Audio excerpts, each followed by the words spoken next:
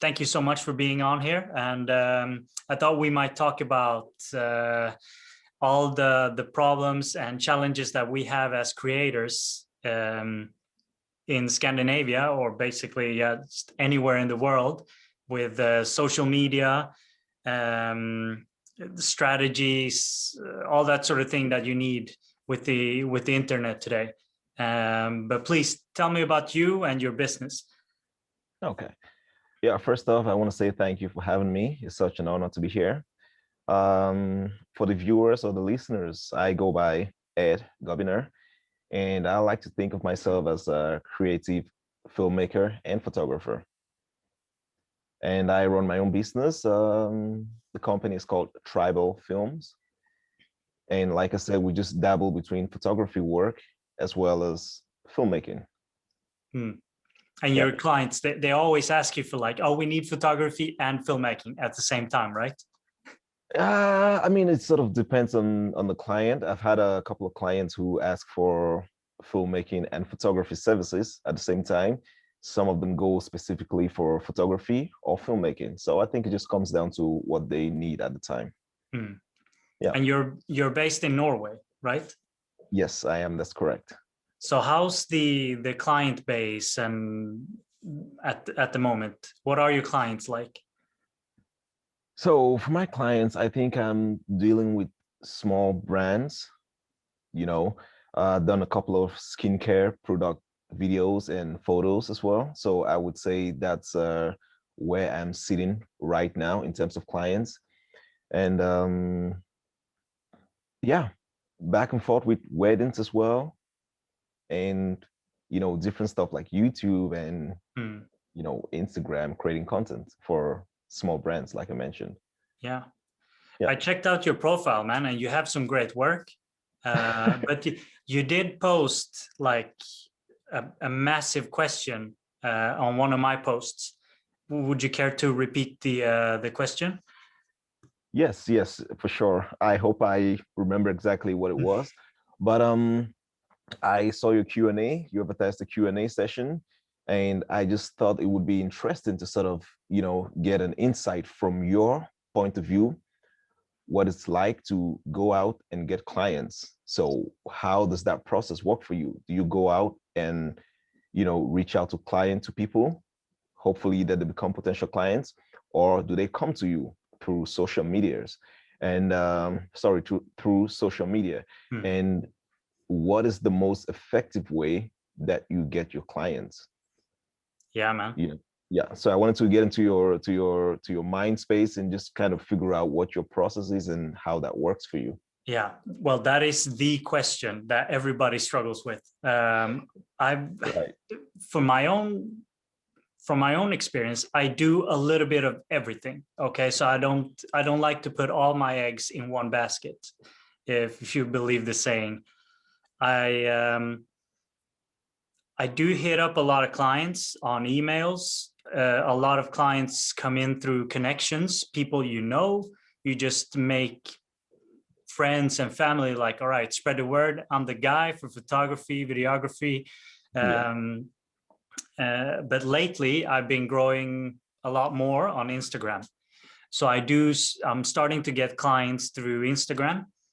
LinkedIn, I've had bad luck with, maybe not bad luck, but I haven't had any success with LinkedIn Yeah, me or neither. Facebook. Okay. So most clients come in through Instagram, and I noticed that they come in as soon as you have more followers, you start getting a sort of credibility. Yeah. So the content that I always done this type of content all the time. So it doesn't look better now than it used to before. But because more followers, Yeah, a bigger I audience. yeah, I think the companies that watch, they come to my profile and they might like psychologically think that, oh, he's good because he has a lot of followers, let's go for him. Yeah.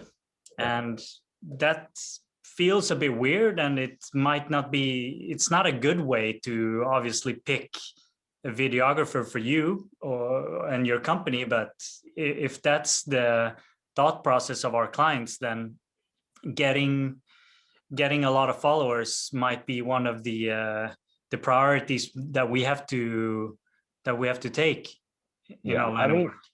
in a way of speaking, when you look at it, they have a product or a service to sell, right? So they are looking at your audience as an audience for them as well. Because of course, when you create that content for them, you're probably going to end up with some footage that you put on your Instagram page. So that's some sort of advertisement for them. So if they see that you have thousands of followers and they see that your work is great, then it's like, well, okay, we're going to hire him for his skills and he's going to help us as well at the same time with some marketing. So I kind of see where they're coming from. And that makes a lot of sense if you're a company and you want to get some sort of marketing going for your product or your services, you know? So I kind of see where they're coming from with that. Yeah.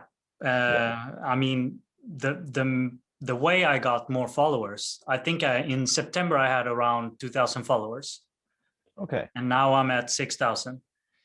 And It's the way interesting. the way I did it was paid ads on Instagram. Okay. I did try paid ads before, like last year, and they didn't work so well because I used like finished client material for, like, for Okay. example, photos that I delivered to my clients and videos that I delivered. And basically, when people look at that, they just think that, oh, this belongs to this company, this footage, Okay. and they didn't care that I'm the photographer or videographer for that. So I started doing the behind the Behind. scenes just below the client video, Yeah. just to like matching all the shots, and Yeah. that got me a lot more work. That's an interesting approach. Yeah, it's good that you figured it out. Yeah, so I got this guy that he wanted to learn about videography. So I told him, all Okay. right, just tag along, do a couple of jobs with me. I'll pay you whatever I can, and just make sure that you do my behind the scenes. Yeah. Yeah, I think that's a pretty good thing to do. You're lifting someone else, giving them insights on what the actual job is about. It's not just about sitting in class, it's about taking them out to the field and, showing them how things are done. They get to learn in a way that lasts better. So I think that's a pretty good thing you're doing, holding someone's Yeah, hand and just pulling them along as well. yeah. So Do you that's have interns asking you for some of your time, or? Actually, I think I've had a few who wanted to tag along on some jobs, but they were in different cities, you know, Okay. and being able to cover the cost of their um, travels was going to be a little bit heavy on me, so that didn't quite work out as well as I would have hoped for. But of course, if someone within my area is asking to be an intern or just tag along and learn something, then of course I think I'll be very open to that, you know. So yeah. Have you worked with assistants on your shoots before, like talking to the clients and saying like, all right, I need an assistant for this job, and this is the hourly rate for that assistant? Have you tried that? Yes, I have actually. And for me, that's sort of like the way forward right now, because early on when I started, I just basically did everything by myself. I would set up lights, I would set up audio, I would set up the camera, I was going to direct it, I was going to shoot it, I was going to edit it, and just do everything by myself. And that was just a lot of work. And what happens when you do that is you don't get to focus on exactly what you're supposed to do. You have this divided mind and you're just doing a little bit of everything, you know. But once I decided like, okay, this is too much work for me. I'm gonna get someone in and just maybe have them do the lights and the audio while I focus on the camera and the directing, or just like divide stuff. I kind of saw the change in that, and it really affects the quality of what you're gonna put in, because two eyes are not better than four eyes. Four hands are better than two hands. So the more people you can get on, the better the output or the results are going to be. So for me now, with every shoot that I have, I always try to, talk to the client and let them know, hey, I'm not going to be able to do this by myself. It's always important to have someone else. It's going to save up on time. It's going to give you the best quality, and it's just going to be a fun process altogether. So that's how I approach it as from some while back. Yeah. No, I Yeah. mean that's the way forward. I guess everyone starts off on their own, but after a while you do have to become a production company. Yeah, Yeah. that's true. That's true. That's true. Yeah. And what's the market like in Sweden, Stockholm to be precise, at this point in time with the pandemic, and how does that work for you in terms of getting clients in and getting work done? I think it's been slow up until June. After that, all the companies were like realized that okay, we need to be on the internet, because a lot of companies were like, all right, we're getting new clients through word of mouth and they're coming in through the door, but all of a sudden everything is just internet based because everyone's like stuck indoors or whatever. Mm-hmm. So my business has gone up a lot since the pandemic, because of the pandemic. And Okay. I think I that think my clients will move forward with yeah, basically marketing material, videos, photos. They have to go on with that. They can't just stop now. yeah, I mean, you can't stop. I mean, the world is changing you know for what it is. The things we used to know is just completely different, and I think it's changed for good in a way of speaking. People have seen different approaches to things that they never probably thought they could have done that way. A lot of companies are just considering continuing working from home or having their workers work from home, Yeah. and so it is. I think it has changed a lot, some for the good, some for the bad, but we just have to take it for what it is and make the best out of it. Mhm. Right. Yeah. Yeah. How's your business since the pandemic? I'll tell you this. It's taking a little bit of a hit. Oh man. Yeah, it's taking a little bit of a hit, and yeah, I'm just trying to work stuff out and figure out where I'm gonna go from this point. A lot of companies are also struggling financially, so it makes it sort of hard for them to pay you what you Mm, deserve for the job you're doing for them. Of course, we sometimes come to compromises and stuff like that, but mm. people have taken hits, and that hit kind of affects you as well, as Yeah. as a production company or as a filmmaker, or whatever you like to call it. So I'm just sort of taking it by the day and just approaching it as it is, but I still try my best to sort of reach out to clients and, like you said, not try to focus just on one thing, but sort of extend your Mm, tentacles all around and see whatever gives. yeah. What Yeah. industry are your clients in? It's quite different. Like I told you, some of them are in the beauty industry with skincare and stuff like that. Mm, Some of them are in the health industry. So it's quite a different balance for everything. mm. It's all over the place. Let me put it that way. All right. It's not like a focus just on fashion or just on health or just on, yeah. What about you? I think my clients were mainly in restaurant or hospitality industry, which took a massive hit during Corona. So somewhere in June, I decided to, all right, I need new portfolio, new materials. Mm-hmm. So I went out with uh, I reached out to some influencers, Okay. like mostly fitness influencers, and asked them like, all right, I need to do videos. Would you like to be in the videos? So I started doing like all these like, well, passion projects, so to speak, Yeah. where I did everything for free. And that got me new work in with new clients, like car companies, car salesmen. Mm-hmm. Also, golf has like skyrocketed, Yeah. and other industries. the fitness industry is going upwards, you know. Yeah. So you could probably start doing a few free jobs just for your portfolio, and then you Yeah. reach out to fitness clients. There's always Yeah. someone selling like protein powder or protein bars, whatever. Yeah. Yeah.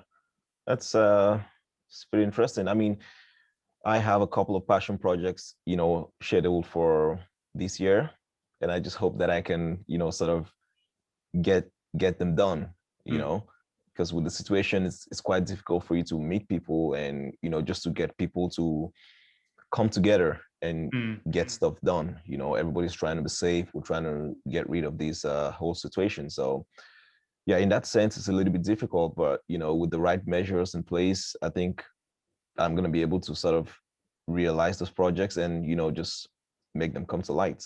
mm. So, and hopefully, like you said, it's going to pull some attention your way in terms of the kind of clients that you want to approach or that you want to work with. So, yeah.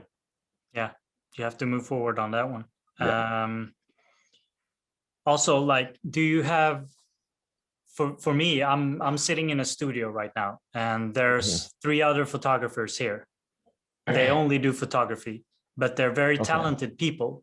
So my business also takes a big, I mean, it helps having talented people around me. I would give that as an advice, like befriend other photographers, even Hmm. though they might be your competitors or whatever. Just Yeah. hang out with them because it's always going to be better. Yeah.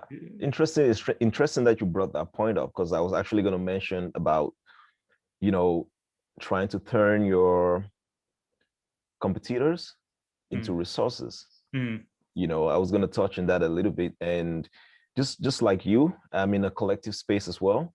We're a bunch of filmmakers here, and everybody has and runs their own business, and we just have a small offices, not a studio, probably not like you, but we just have our offices where we do our work. And in that sense, we kind of help each other. There's projects that come in that I need someone to help me on the project, like an assistant mm, or something like that. Of course, I'm going to get someone from the space here. mm. If I get some work that I'm not available to take on, then I pass it over to someone else, Yeah, and they do pretty much the same for me. So in that sense, I feel like you mentioned, it's quite important to be able to bring your competitors a little bit closer. And instead of acting like a competition to each other, you act like a support structure, like a really good network, and you just propel each other in ways that you can't. And you also learn quite a lot from these other people, you definitely. know? Yeah. Yeah. So I think that's very important. And that has actually helped me. It has got me quite a lot of jobs as well. And, I can be thankful enough for that. Yeah. Do you guys Yeah. share gear?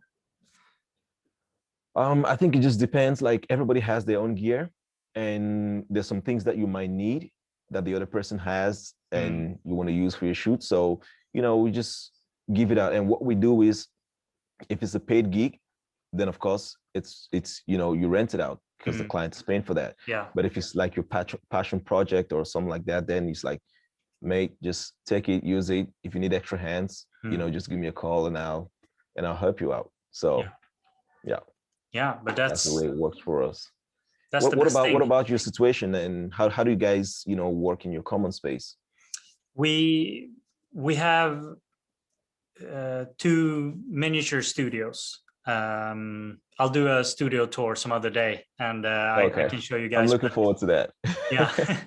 yeah, so it's basically one big area which is infinite white, and there's a smaller studio which is everything's black. Okay. So in there we film.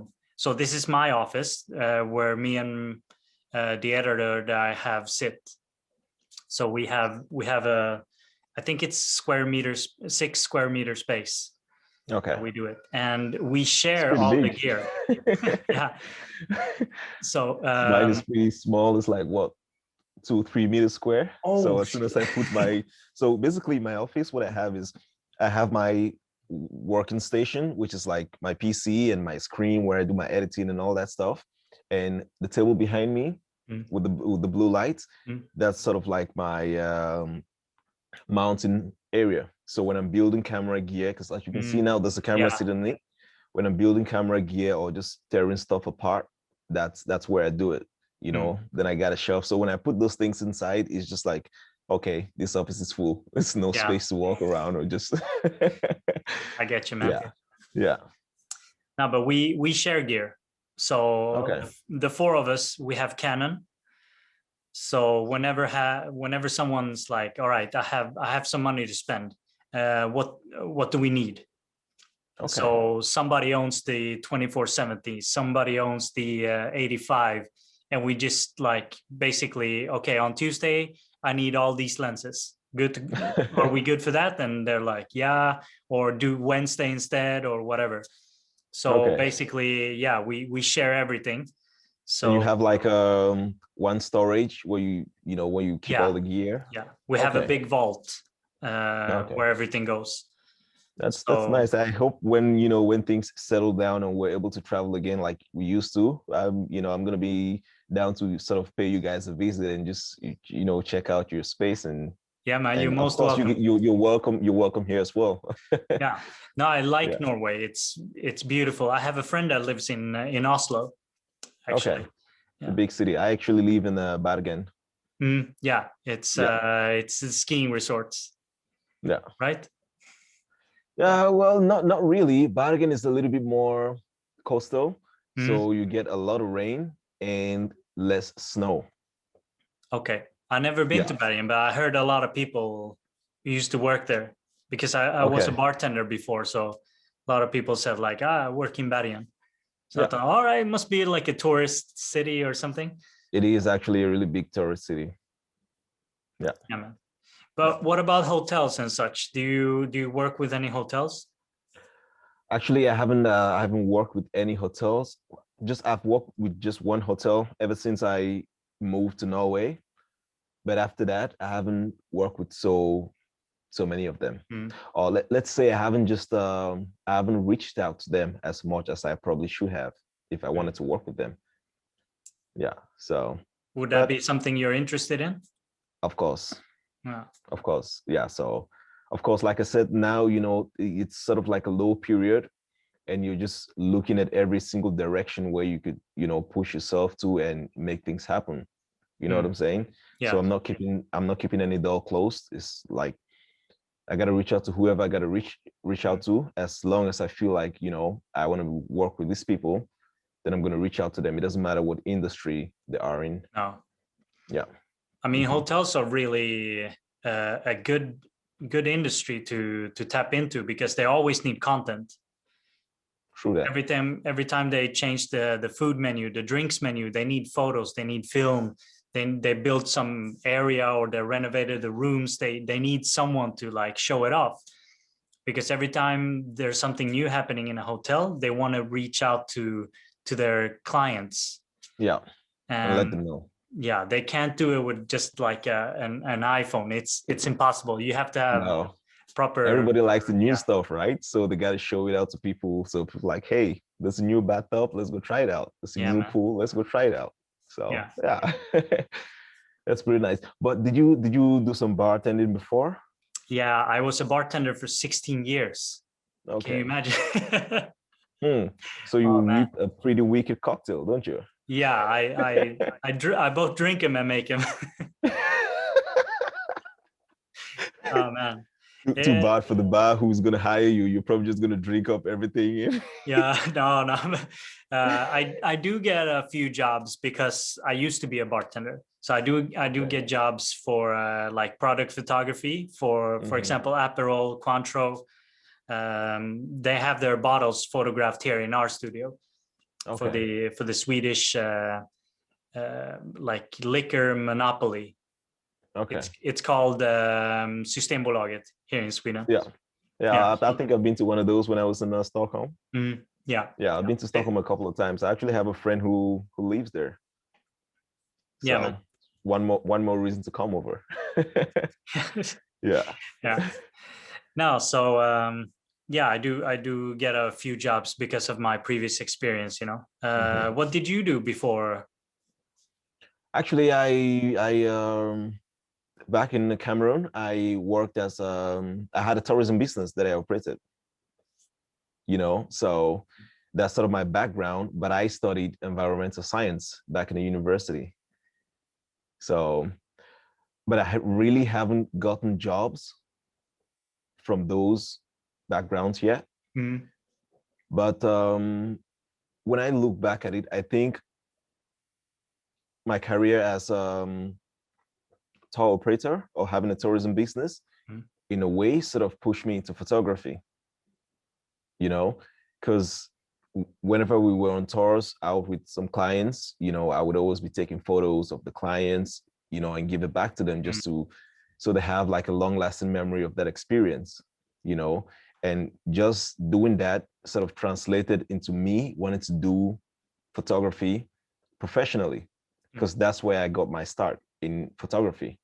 I started from landscape photography and then to portraits, and then I moved into making videos as well. So in a way of thinking, I think um, having that background in tourism sort of pushed me a little bit into creating films and making photographs. Yeah. Yeah. And how did you find your way into, how did you get yourself behind the camera?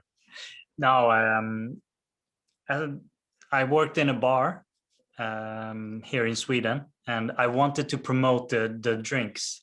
So I started taking photos of the drinks. All right. So I bought a DSLR, the Canon 550. This was like 2011 or something. And Okay. I started doing photography that way. So I started doing product photography. Then I crossed over to food.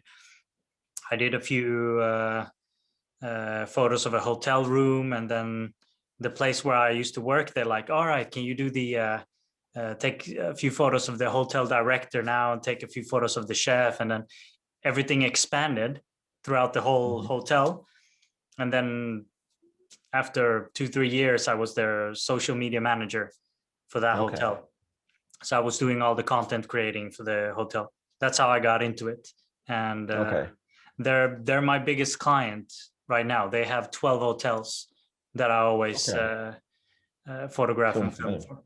Yeah. Yeah, that's awesome. So at what point did you really feel like, okay, you want to put everything aside and just like go full flesh for, you know, Photography. as Uh, yeah.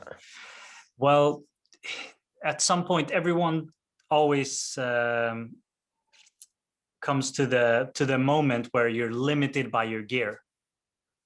And then if you're employed and you ask your boss, like, all right, I need $10,000 for gear, and they're like, yeah, no, you have you just you have to make do with the gear that you have. And I'm like, all right, Hmm. I'm doing calculations in my head, and like, all right, what if I started my own business? I could, like, all the money I bring in, I could use to buy gear and such. Hmm.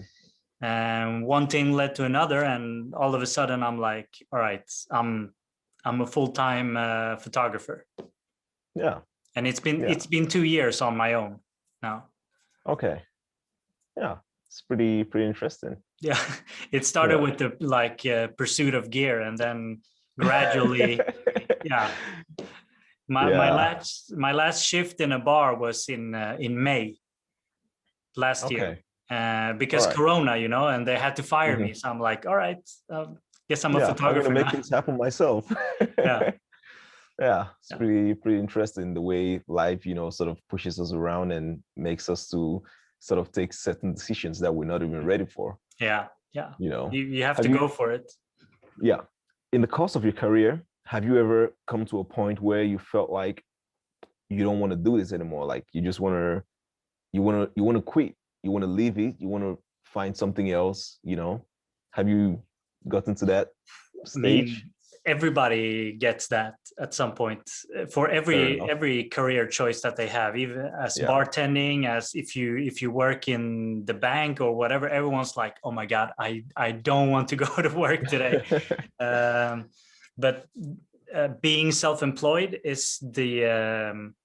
the type of work that I've felt the least amount of anxiety.